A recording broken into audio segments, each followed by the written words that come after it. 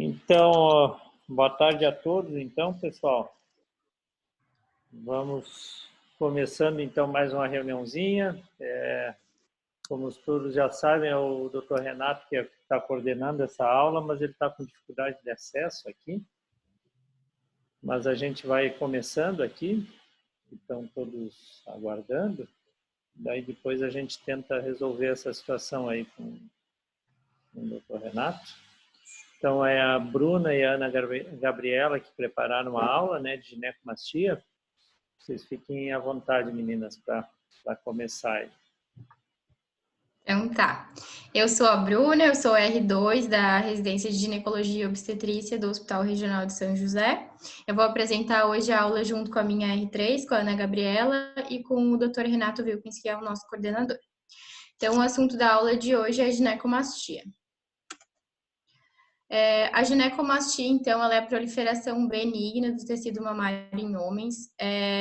30 a 60% dos adolescentes, principalmente na fase puberal, vão ter ginecomastia e pelo menos 1/3 dos adultos. Histologicamente, o que a gente tem é uma hiperplasia epitelial e aumento do tecido conjuntivo, estromal e periductal, que a gente vai ver que é pelos receptores de estrogênio. Com relação à fisiopatologia da ginecomastia, vai ser o desbalanço na concentração, então, dos androgênios e dos estrogênios, considerando que o tecido mamário masculino ele tem receptores tanto para androgênios que vão inibir, quanto para estrogênios que vão estimular o crescimento de tecido glandular mamário. E o que vai acontecer, então, por estimulação do estrogênio, a proliferação glandular e deposição de gordura local. Esse desbalanço ele pode ocorrer ou por diminuição da produção de androgênio, principalmente em homens mais senis, ou por aumento na produção de estrogênio, principalmente pela conversão periférica, pensando em pacientes obesos, pensando na estrona, por alterações por um hipogonadismo primário ou secundário, enfim, eu vou falar daí das causas depois. A etiologia, então, 2/3 dos pacientes vão ter uma ginecomastia fisiológica, 25% vai ser considerada idiopática e 20% vai ser induzida por drogas. Então, a gente vai ver que as outras causas elas vão ser bem raras, mas elas devem ser levadas em consideração. Aqui tem uma tabelinha desse artigo que trazia as principais etiologias da ginecomastia, então, fatores fisiológicos, tumores endócrinos, principalmente tumores testiculares, de adrenal, disfunções endócrinas, então o hipogonadismo primário e secundário, hipertireoidismo, a gente vai ver que é importante também, a obesidade, a parte de função hepática e função renal, então falha na função hepática que leva a cirrose ou doença renal crônica, pode levar a uma ginecomastia e uma das principais causas que vão ser as drogas, né? Medicações, esteroides anabolizantes ou drogas ilícitas mesmo. E a parte idiopática, né? Aqui é só uma tabelinha do UpToDate que fala basicamente as mesmas causas, só tá um pouquinho mais específica do que a tabela que eu trouxe antes. E aqui os medicamentos que podem causar ginecomastia, para ver que são medicamentos que são muito usados normalmente. Então, espironolactona, omeprazol, metoclopramida, amiodarona, diazepam, haloperidol, medicamentos que são do nosso dia a dia e que podem ser causa de uma ginecomastia. A avaliação clínica, então, ela deve enfocar a confirmação diagnóstica, a procura de uma causa específica e a classificação em graus de gravidade para poder orientar e guiar o nosso tratamento, para ver se vai precisar ser feita alguma coisa ou não.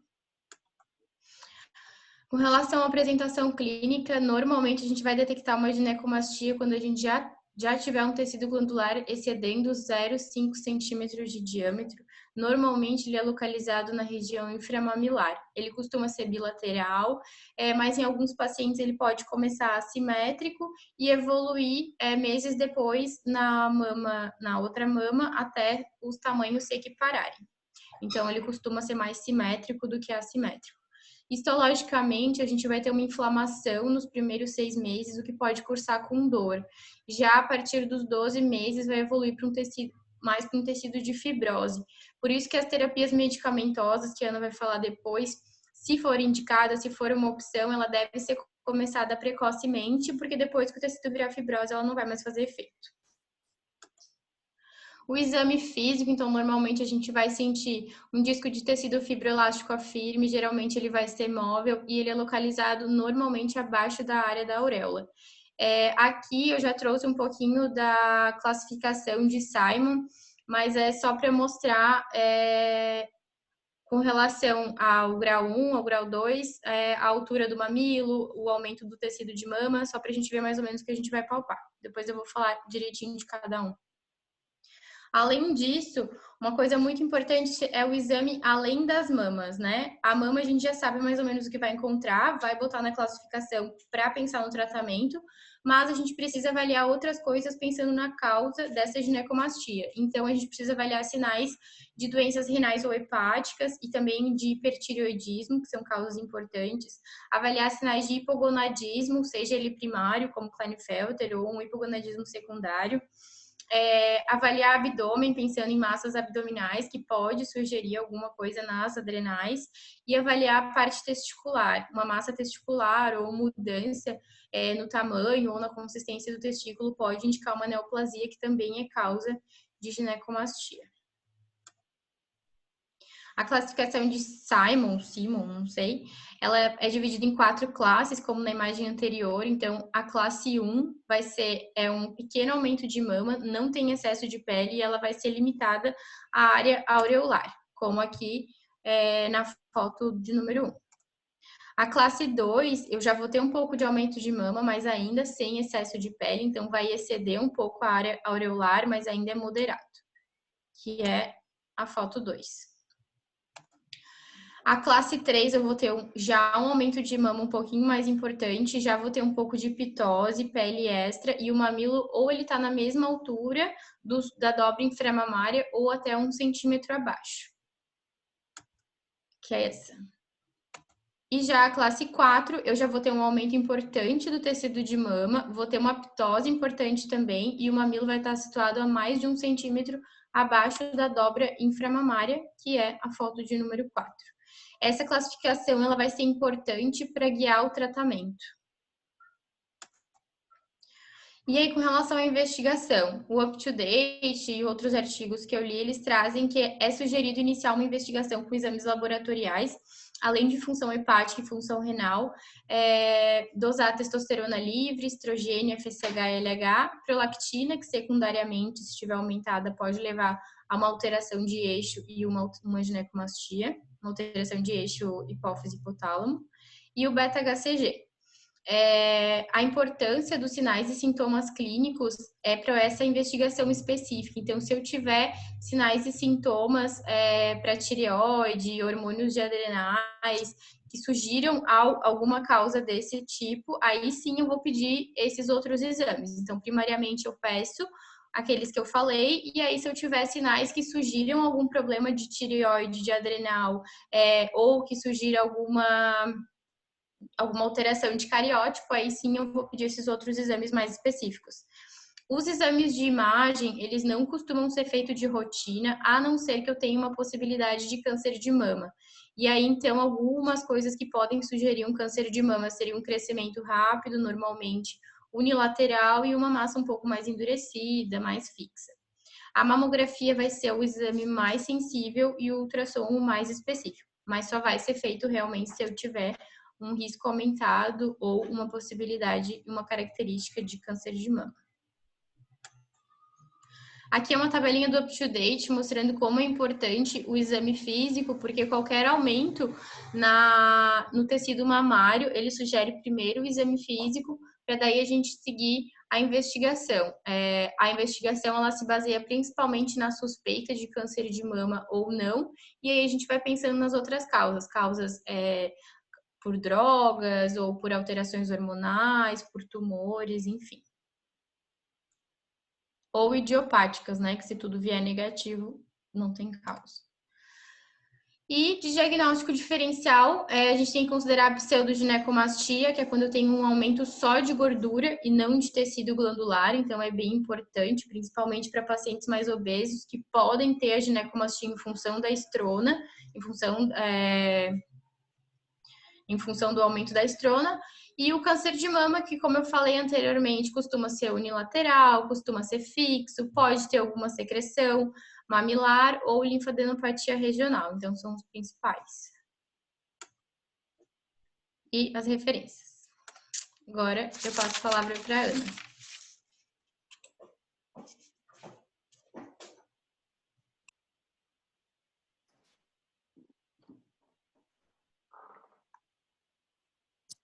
Compartilhar minha tela aqui, peraí.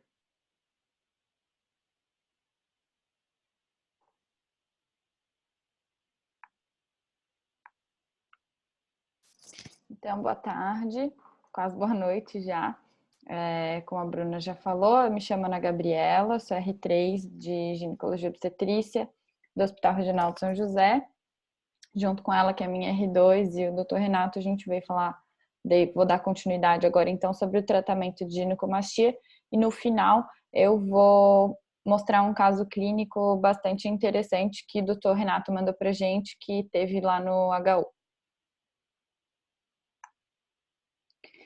Então, esse aqui é um resumo, assim, bem basicão de um algoritmo para tratamento da ginecomastia. Isso aqui é bem resumido, eu peguei do livro da Sociedade Brasileira de Mastologia.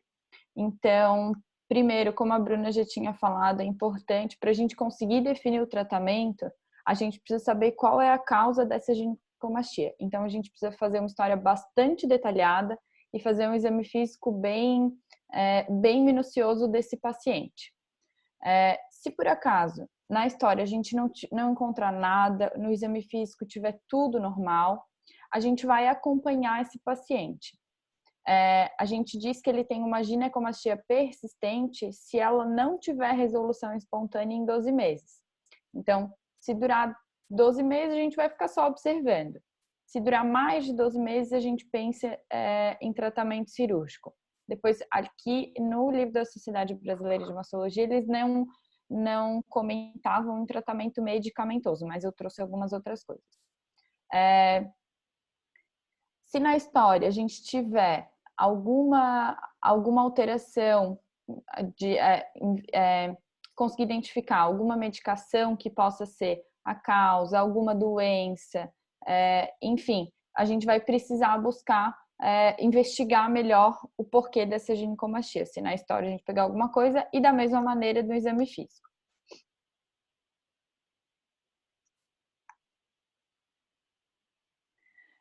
Então, o tratamento a gente pode fazer inicialmente de maneira clínica.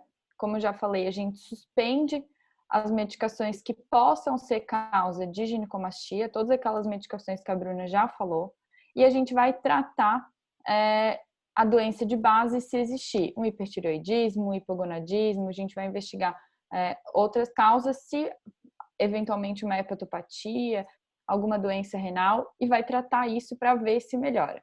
E a gente observa esse paciente pelo menos por 1 ano.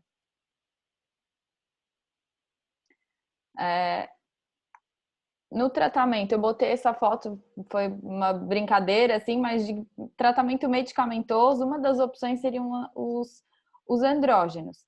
Então, só que eu botei isso justamente para a gente prestar bastante atenção que antes de prescrever algum andrógeno, a gente precisa fazer uma avaliação laboratorial desse paciente. Porque se ele não tiver um hipogonadismo, provavelmente a gente vai piorar essa ginecomastia. Porque a gente vai aumentar ainda mais essa testosterona e ela vai acabar sofrendo aromatização e vai acabar virando um estrogênio, piorando essa ginecomastia. E uma outra opção de tratamento seriam os moduladores seletivos dos receptores de estrogênio. A nossa melhor opção é o tamoxifeno, usado 20 miligramas ao dia por pelo menos 3 meses. É importante orientar esses pacientes que provavelmente eles não vão ter uma redução total do tecido mamário. Vai ser uma redução parcial em casos mais severos, nos graus de Simon 3, 4, provavelmente não vai ter um bom resultado. E é usado principalmente naqueles pacientes que têm maior sensibilidade, que tem dor, que estão tendo, às vezes, em adolescentes que estão tendo muito prejuízo na qualidade de vida, prejuízos, danos psicológicos. Então, isso acaba afetando bastante a qualidade de vida, principalmente dos adolescentes, que acabam sofrendo mais com essa questão psicológica. A gente, como eu disse anteriormente, a gente acaba usando mais para isso e para quem tem dor. Então, a gente não precisa esperar um ano para ver se vai sumir, então, para ver se vai ter resolução espontânea. A gente pode ir tratando. Mais sintomático mesmo. E para tratamento cirúrgico, quando que a gente vai optar por uma cirurgia? Se a gente tem uma ginecomastia persistente, então durou mais de um ano, não teve resolução espontânea. Outra coisa importante é que os tratamentos medicamentosos, é importante que a gente faça esse tratamento só nesse primeiro ano de doença, porque depois que a gente tem tecido fibrótico, ele não vai mais responder, a gente não consegue ter uma boa resposta. Então, tratamento cirúrgico, se a gente já tem se a gente já acompanhou por um ano e realmente não teve resolução, se isso traz um desconforto considerável para esse paciente, se ele tem algum sofrimento psíquico em relação a isso, como eu já tinha citado, adolescentes acabam sofrendo bullying, eles às vezes não vão para a praia, não querem tirar camiseta, não praticam esporte, tudo isso por vergonha do próprio corpo. Importante que já esteja no estágio fibrótico, porque se a gente acaba fazendo essa cirurgia antes disso, a gente tem um maior risco de recorrência. Então, precisa esperar pelo menos um ano do início do sintoma para poder fazer tratamento cirúrgico. E também tem que ser no final da puberdade. Então, o tamanho testicular tem que ter um tamanho de um testículo adulto, porque, pelo mesmo motivo, se a gente faz essa ressecção antes, é capaz de ter a gente tem maior recorrência desse tecido mamário. Pelo livro da Sociedade Brasileira de Mastologia, a gente tinha basicamente 3 técnicas cirúrgicas. Então, seria a mastectomia subcutânea com incisão de Webster, a lipoaspiração seguida de uma mastopexia ou uma combinação das duas acima.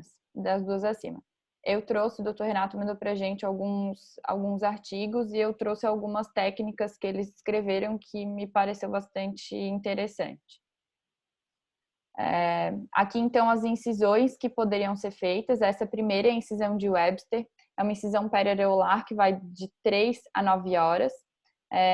A incisão de Pitangui, que seria uma transareolar. Esses 3 primeiros tipos de incisões, eles são muito bons para quando a gente não tem um volume mamário tão grande. Se a gente precisa manipular um pouco mais, eles já acabam acaba piorando um pouco o campo cirúrgico e, além disso, pode ter um comprometimento do complexo areopapilar pela tração, que é feito muita tração, acaba comprometendo a irrigação desse tecido. E as outras opções que a gente tem são cicatrizes maiores que, eventualmente, acabam não ficando tão bonitas esteticamente, né? A depender da cicatrização desse paciente, a gente pode ter uma marca um pouco mais evidente, assim. Então, uma periareolar horizontal, essa de Stewart, submamária. E um dos artigos, ele falava sobre uma técnica fazer essa correção via periareolar circular. O ideal seria para graus 2B e 3 de Simon. É feita uma incisão, vou mostrar a foto depois, já vou mostrar agora então. É feita uma incisão, deixa eu tirar da minha frente, senão não enxergo. É feita uma incisão periareolar e é feita uma desepidermização dessa área ao redor do mamilo. Depois é feita uma incisão de Webster na face externa dessa incisão, retirado o tecido mamário e depois fechado, deixado 2 drenos. Com esse tipo de técnica, a gente consegue ter um campo cirúrgico um pouco maior, sem deixar uma cicatriz tão grande, tão aparente, né? Então, uma cicatriz periareolar, ela acaba ficando bem mais discreta. Aqui é alguns dos pré-operatórios e pós-operatórios tardios que estavam nesse artigo. Eu achei bastante interessante, um resultado estético bem bom. E uma outra opção seria para volumes mamários um pouco maiores. Então, aqui tem a marcação pré-operatória.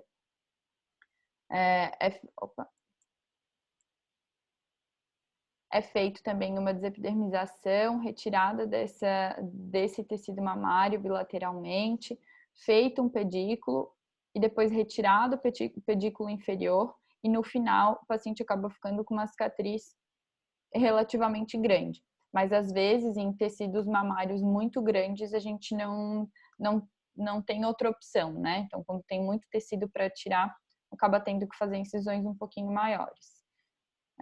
Essa primeira aqui foi incisão de Webster, e essa segunda aqui com prolongamento lateral e medial. No resultado do anátomo patológico, a grande maioria dos casos acaba vindo como uma ginecomastia mesmo. 5,3% vem como uma pseudoginecomastia. Em alguns casos muito raros, a gente pode encontrar acidentalmente um câncer de mama. E eu quis trazer isso porque é justamente o nosso caso. Então, vou apresentar o caso clínico. DRF, sexo masculino, 35 anos. Não tinha nenhuma história familiar para câncer de mama. De história prévia, tinha apenas uso de anabolizantes por 15 anos. Foi um paciente que fez uma correção cirúrgica para ginecomastia no ano passado e no anátomo patológico não tinha vindo nada maligno.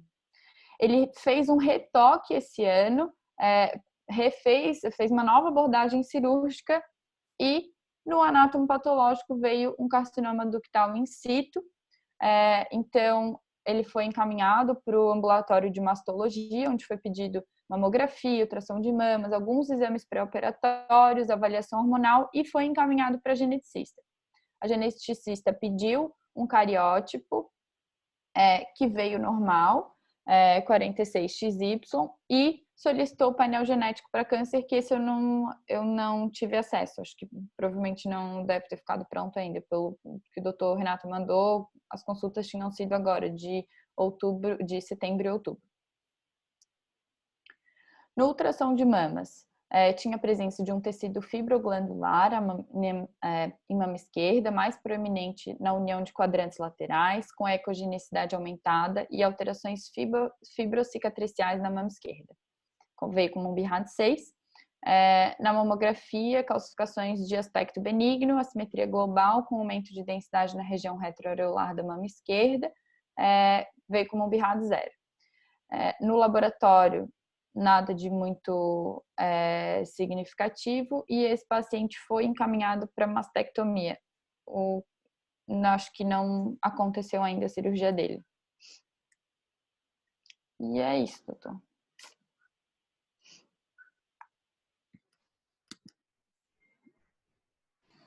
Olá. Então, eu acho que o Renato conseguiu entrar ali. Renato, deixo a palavra contigo aí para fazer. Tivemos uma dificuldade técnica aí, mas deu tudo certo. Deu um tilt geral aqui, não sei o que aconteceu. Eu tirei o aplicativo, baixei de novo e daí entrou. Não sei por quê. Ontem eu ainda assisti a aula da mama, tudo certinho, não sei o que houve hoje. Bom, eu entrei quando a Ana já estava apresentando o tratamento cirúrgico, né? Então, assim, eu não sei muito o que foi falado antes, mas, assim, ginecomastia é uma entidade patológica que está acontecendo com mais frequência agora, e a grande maioria das vezes, na puberdade, em torno de 90% das vezes, regride espontaneamente, sem precisar fazer nenhum tipo de tratamento. É aquela ginecomastia fisiológica da puberdade. Isso pode acontecer também no mais idoso, mesma situação, né? Que é a ginecomastia fisiológica. O que para nós vai importar mais, geralmente, é a ginecomastia maior, aquela que não regrediu, né? E daí essa que vai chegar no consultório, geralmente, com um desejo de resolver o problema. Só que quando chega nesse momento, a gente não tem mais o que fazer como tratamento clínico, né? Geralmente já formou uma massa, um tecido mamário glandular com estroma, e isso não regride mais. Isso já formou um tecido mamário ali que não tem volta. E daí a gente acaba passando para o tratamento cirúrgico, que foi bem demonstrado ali várias técnicas que a gente tem que avaliar de acordo com a mama, com o volume mamário, com a aptose, a avaliação da quantidade de gordura. Geralmente são técnicas que são associadas à lipoaspiração, porque senão fica um degrau, não fica bem esteticamente. Tem aqueles casos mais raros de adolescentes na puberdade que são bem magros, às vezes é só tirar a glândula mesmo e resolve, mas a grande maioria das vezes tem que associar uma lipoaspiração e às vezes até tirar o excesso de pele, né? Eu não sei, deve ter sido falado, eu não sei, que a gente hoje em dia tem visto muito pacientes em torno de 20 a 30 anos com ginecomastias acentuadas, e muito em função de uso de hormônio anabolizante para ganhar massa muscular. Então, assim, em relação, eu não sei a fisiologia, a fisiopatologia, o que foi falado, né? Eu perdi, infelizmente, eu entrei e já estava na área do tratamento. Mas a gente tem que fazer uma boa anamnese, né? E um bom exame físico, principalmente para descartar uma lipomastia, que não tem nada a ver com ginecomastia, que é só gordura, né? Não tem nenhum tecido mamário, é só tecido gorduroso. E isso, no exame físico, é muito tranquilo de fazer essa diferenciação, porque o tecido glandular ele é bem mais firme, ele é bem mais consistente, tu consegue separar bem no exame clínico a área que é glândula e a área que é gordura. E isso, no exame clínico, consegue tranquilamente determinar. Então, o exame clínico, né, a história que é coletada desse paciente, o uso de medicamento, história familiar, tudo isso é muito importante, né, na conduta que vai ser feita. Porque se a gente vai para a literatura, para os livros, a gente vê ali que pedem uma série de exames, né? Ultrassom de testículo, raio-x de tórax, ultrassom de suprarrenal, e assim, fazer isso em todos os pacientes, eu acho questionável. Sinceramente, eu acho que fazendo uma anamnese, um exame físico bem feito, a gente pode direcionar um ou outro exame desses, exames laboratoriais que poderiam nos levar a solicitar esses outros exames complementares, né? Em relação a achados cirúrgicos, né, que eu entrei nesse final agora da apresentação, existem alguns estudos mostrando assim, o achado acidental, né, de carcinoma in situ ou hiperplasia ductal atípica nas cirurgias de ginecomastia. Então, tem algumas séries ali que eu vi de 900 cirurgias de ginecomastia, onde se encontrou em torno de 19 casos de hiperplasia ductal atípica. Esses pacientes, a maioria fez, desses 19, parece que em torno de 14 fez só a cirurgia de ginecomastia e os outros 5 fizeram uma adenomastectomia, né? Essa ginecomastia, não ficou bem clara essa diferenciação no trabalho ali. Mas esses pacientes foram seguidos aí durante mais ou menos 7 anos e nenhum deles desenvolveu nenhuma doença. É um número muito pequeno de pacientes, né? A gente está acostumado com esses estudos de mama aí, que é 5.000, 4.000 pacientes, né? Então, eles fazem um número de 19 pacientes, em segmento curto também de 5 anos, mas hiperplasia ductal atípica não levou ao aparecimento de doença invasiva, nem progrediu para um carcinoma in situ, nem invasivo. Em relação aos carcinomas in situ de achados ocasionais, a maioria também fez o tratamento cirúrgico e, assim, não existe um consenso. Não existe um consenso, mas a gente utiliza o que a gente raciocina para uma mulher com carcinoma in situ, no caso do homem, né? A gente acaba utilizando o mesmo pensamento. Mas, geralmente, o carcinoma in situ em homem é ocasional, é um achado de anátomo patológico, né? Não tem imagem, né? E porque quando a gente tem um tumor, um carcinoma mamário, geralmente é fácil de distinguir entre uma ginecomastia pura e se existe ou não uma área nodular suspeita. Isso no exame físico a gente já consegue ver. E através da ultrassonografia se define bem essa diferença do que é um tecido glandular e o que é um nódulo, né? Isso é bem fácil de distinguir na ultrassonografia. Até para fazer uma biópsia, né? Solicitar uma biópsia antes de qualquer tratamento cirúrgico.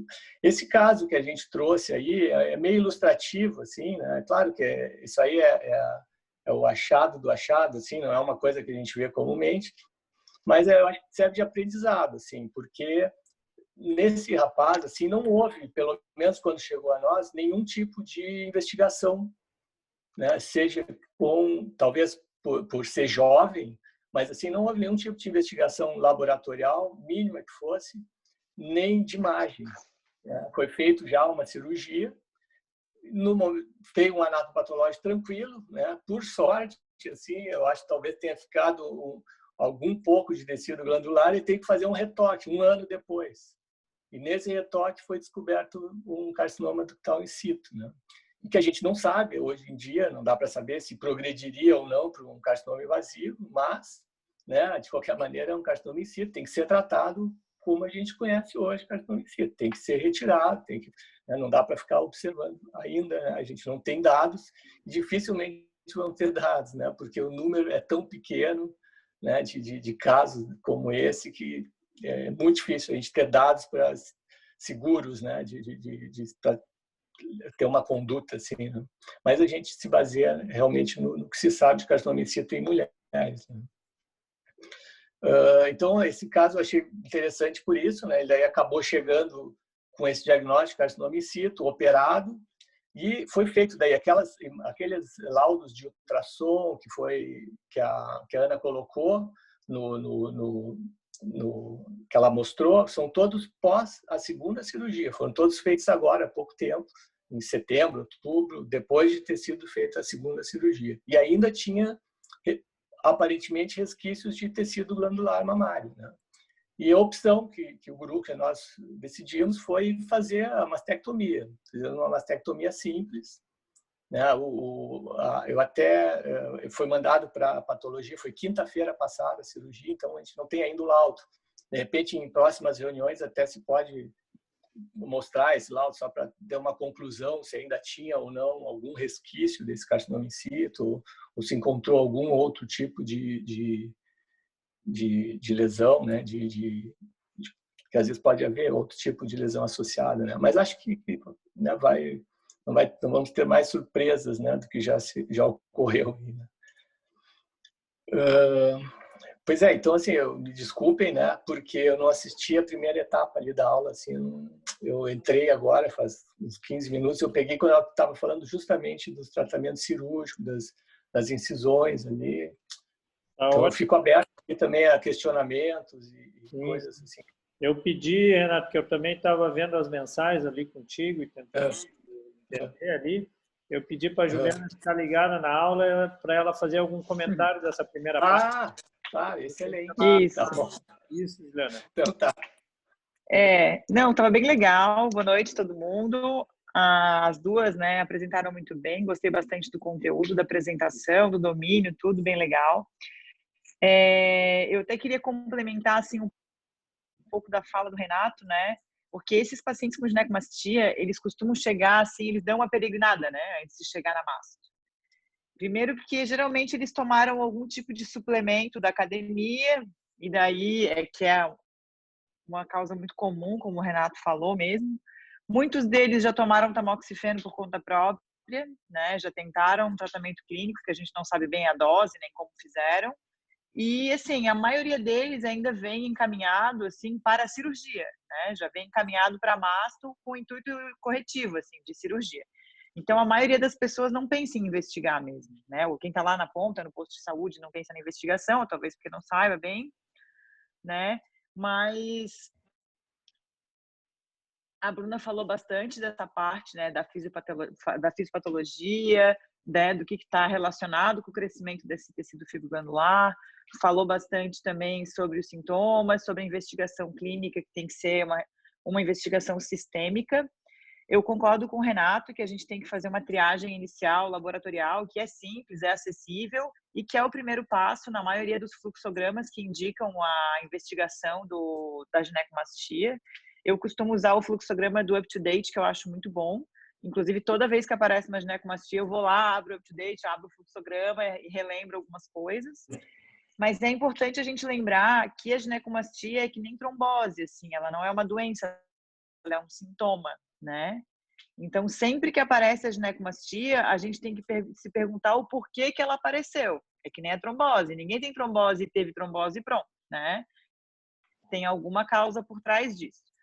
Na maioria das vezes a gente não encontra nenhuma causa, é meio frustrante, mas a gente não pode deixar de investigar. Esse ano eu tive um paciente que já tinha operado ginecomastia em 2015 e ele voltou porque queria reoperar, né? Aí eu fiz uma investigação laboratorial ali no HU, que direcionou para um ultrassom testicular e a gente descobriu um CA de testículo, que não é muito comum, mas ó, é o segundo caso mais raro envolvendo ginecomastia esse ano no HU, né? Eu atendo uma por semana, uma a cada 15 dias, tem muita demanda. Então, a gente não pode esquecer que não é simplesmente prescrever o tamoxifeno ou simplesmente dizer que é fisiológico ou que não é nada ou que é da velhice. Tem que, pelo menos, fazer um laboratório básico, né? Que foi assim que direcionou esse diagnóstico. E outra coisa que eu acho interessante de complementar também é sobre a avaliação de imagem. A maioria, assim, esmagadora dos pacientes que chega com exame de imagem, chega com ultrassom de mama. E muitas vezes, mesmo com o exame físico, assim, que às vezes parece lipomastia ou é ginecomastia esdrúxula, vem um BIRADS 4. Às vezes eles já vêm com uma biópsia de mama, né? E se a gente fizer um bom exame físico, ou se a gente indicar o exame correto, que é a mamografia, a gente não vai ter essa dificuldade em diferenciar se é uma lesão suspeita ou se não é. Aí chega todo mundo apavorado, com nódulo categoria 4, querendo fazer biópsia, e no fim é uma área heterogênea no ultrassom, que faz sombra, que é retroareolar, que é difícil de avaliar no ultrassom. E na mamografia é muito simples. Se tem tecido denso, né, na mamografia, é mama. E daí vai ser laudado como categoria 2 e vai ser ginecomastia provavelmente. Os nódulos que são suspeitos vão aparecer mais suspeitos, né, de alguma forma. Então, acho que é isso que eu tinha para complementar. A aula estava muito boa, muito completa. A única coisa que eu vi, que eu fiquei um pouco encucada, acho que foi um slide da Ana sobre o fluxograma que falava que podia aguardar 12 meses para investigar, né? Mas isso incluía a investigação laboratorial antes? Não era 12 meses para investigar. Investigou, tá tudo bem, era 12 meses para fazer algum tratamento, tá. Porque a maioria tinha resolução espontânea. Beleza, então tá, fechado. Então acho que era isso que eu tinha para complementar mesmo. A gente tem uma pergunta aqui do chat, da Vanessa, perguntando se tem algum estudo associando ginecomastia ao tríbulos terrestres. Isso aí, eu coincidentemente, eu tive, não sei se você quer comentar alguma coisa, Renato, eu tive um caso que eu dei uma olhadinha nisso aí recentemente. Não, eu estudo assim, eu não achei nenhum específico sobre isso, né? Tem muito casos, né, clínicos isolados assim, de vários tipos de medicamento, mas não achei algum estudo mais com grupo grande de paciente, não achei nada assim. Eu também não. Achei nada. Tem só relato de caso e colocando em aberto se poderia ter a ver alguma coisa ou não, mas nada que fosse convincente assim. Sim. Esses relatos de caso tem tudo que é tipo de coisa que a gente pode imaginar, né? Desde de maconha, cocaína, produtos de beleza que tem algumas substâncias químicas relacionadas também a que dá esse desequilíbrio entre o estrogênio e a testosterona. Isso aí, assim, é muita coisa, assim, que pode causar, né? Muito, muito. Importante sempre é descartar, né? Eu acho que é descartar alguma doença mais grave, né? Que a grande maioria não vai ser, mas tem que fazer uma boa investigação clínica, não tem dúvida. E por exclusão, às vezes se chega a algum medicamento, se chega a alguma causa específica, né? Mas muitas vezes fica sem achado nenhum mesmo. E às vezes entra no idiopático, né? Claro. Tá ótimo. Não, estava bem legal a aula, bem completa a parte cirúrgica ali, a Ana também colocou considerou todas as questões, né, de técnicas e tudo isso que é interessante, né? Assim, eu gostaria só um comentário, assim, né? Sim. E a gente vê muito a respeito do tamoxifeno, né, para ginecomastia. É uma coisa assim que eu nunca usei. Para ser sincero, não tenho experiência para falar assim, né, no sentido de ter usado em algum caso e ter tido algum caso trabalhado. Eu sou meio resistente assim a usar medicação para esse tipo de coisa, assim, né? Não sei, Renato, como é que tu... Não, eu li um estudo aqui, um trabalho que até achei estranho, porque eu não... Eles falavam que tiveram uma melhora de 1 em cada 10 que usaram tamoxifeno, mas assim, eu acredito assim, ó, deve ser aquele adolescente que chega lá com um botãozinho mamário, que se não fizer nada em 1 ano vai desaparecer espontaneamente, e usavam 10 miligramas de tamoxifeno, não 20. Daí tiveram um sucesso enorme, mas né, eu não costumo usar, porque o paciente que chega, em geral, ele já tem aquela mama formada, já tem estroma, já tem toda aquela fibrose. Exatamente. E daí aquilo não tem volta. Aquilo não tem volta. Aquilo não tem por que tomar nada, não tem por que tomar. No livro da Sociedade Brasileira de Mastologia, eles nem citam tratamento medicamentoso, inclusive. Isso aí a gente... Na verdade, Braulio, eu uso, viu? Eu aprendi a usar com o professor Alfredo, assim, mas na verdade eu dou contra, né? Tem que ter na fase florida, né? Que são os primeiros 3 meses da ginecomastia. E é esse que é o problema, como a Ju falou, chega muito tarde, né? Então já chega na fase de fibrose, porque tem essas 2 fases da gineco. Eu uso... e eu já tive bons resultados, assim, só que foi pessoas que notaram um botãozinho e já apareceram no meu consultório. E daí eu uso a dose de 10 miligramas e peço para não ler a bula, senão eles não usam. O tamoxifeno está tendo uma tendência a reduzir doses, né? Até para câncer, né? É para tratamento de câncer, né? Tratamento de câncer, né? Para carcinoma in situ, os caras estão falando pode ser usado 5 miligramas por 3 anos. 5. E a princípio parece ter o mesmo efeito do que os 20 que a gente usa, né? Então pode fazer sentido. Assim. Eu não sei se tem algum estudo assim, Rebeca, que seja... Eu já procurei e não encontrei, assim, né? Pode ser que tenha saído alguma coisa depois disso, assim, né? Tem alguns consensos, mas assim, acho que estudo clínico grande, acho que não tem. Randomizado, assim, não sei. Não, é difícil. Geralmente é estudo de caso, Não, e claro, a Rebeca colocou uma situação bem específica e tal, é legal a experiência dela. Mas só, claro, com certeza tu toma esse cuidado, Rebeca, mas de a gente ter cuidado, em geral, claro, são pacientes jovens que não têm muitos fatores de risco para tromboembolismo, né? Mas às vezes um cara veio que já usou anabolizantes, né?